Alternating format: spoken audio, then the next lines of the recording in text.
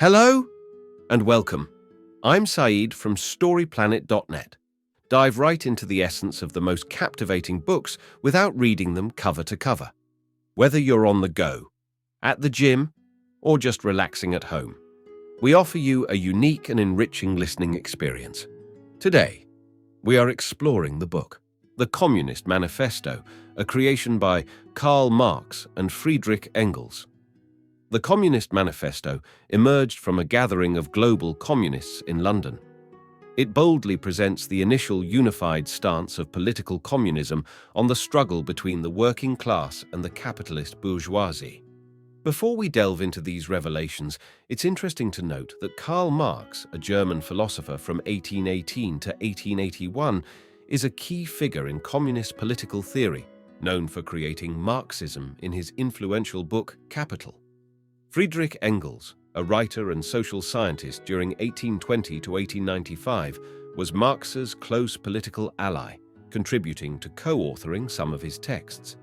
With 6 key ideas to unveil, brace yourself for a deep dive into this captivating book on StoryPlanet.net. To start, the text is about gaining a better understanding of the arguments in favor of communism. The text discusses how exploitation exists in modern capitalist economic systems through examples such as starvation, child soldiers, and low-wage factory workers. It references the origins of communist political philosophy rooted in the suffering of the working class as seen in the 19th century. It suggests reading The Communist Manifesto to grasp the basis of communist thought, which challenges the idea of private property and addresses oppression by the bourgeois class. Key idea number 1. Control of the economy equals control of society. Economic changes drive societal shifts stemming from alterations in modes of production. For instance, the shift from hunter-gatherer societies to farming created class distinctions based on control of resources. Throughout history, societies have structured hierarchies driven by class struggles, where the wealthy control wealth and power by dominating production, influencing political and social structures.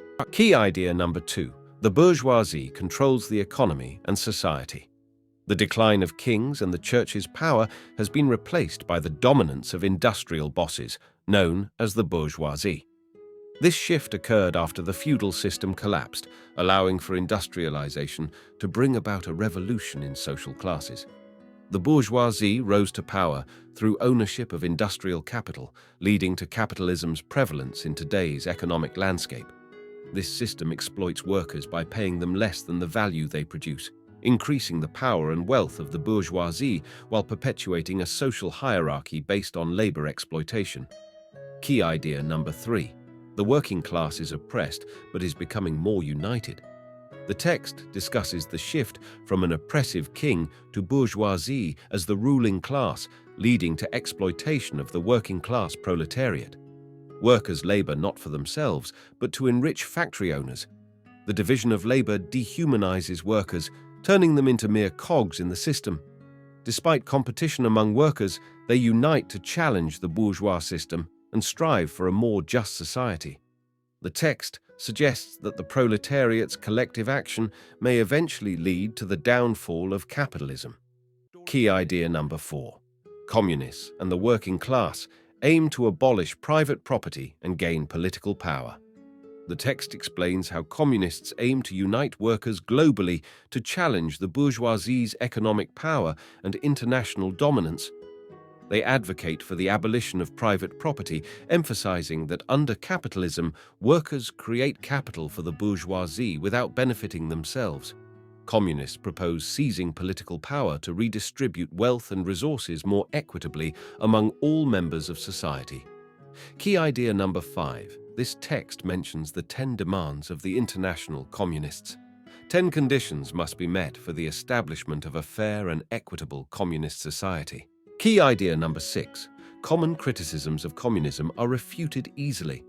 Communists face strong opposition to their radical societal transformation plan, but the criticisms are deemed hypocritical and baseless. Some common critiques include claims that communism harms the family, strips workers of nationality, and undermines religion. However, The text argues that capitalism has already damaged families, workers do not inherently have nationality, and religion often upholds oppressive power structures. These criticisms are seen as weak and lacking understanding of the proletarian movement. In conclusion, the book argues that history shows a struggle between ruling classes and the working class. It suggests that international solidarity is needed for the proletariat to overthrow the bourgeoisie through revolutionary action. It also recommends further reading of Free to Choose by Milton Friedman, which explores the importance of economic freedom and government interventions on individual liberty. Thank you for listening to this summary. If you enjoyed this exploration, we invite you to discover other fascinating books on StoryPlanet.net. Don't wait any longer. A multitude of books, stories, and knowledge await you there. See you soon on StoryPlanet.net.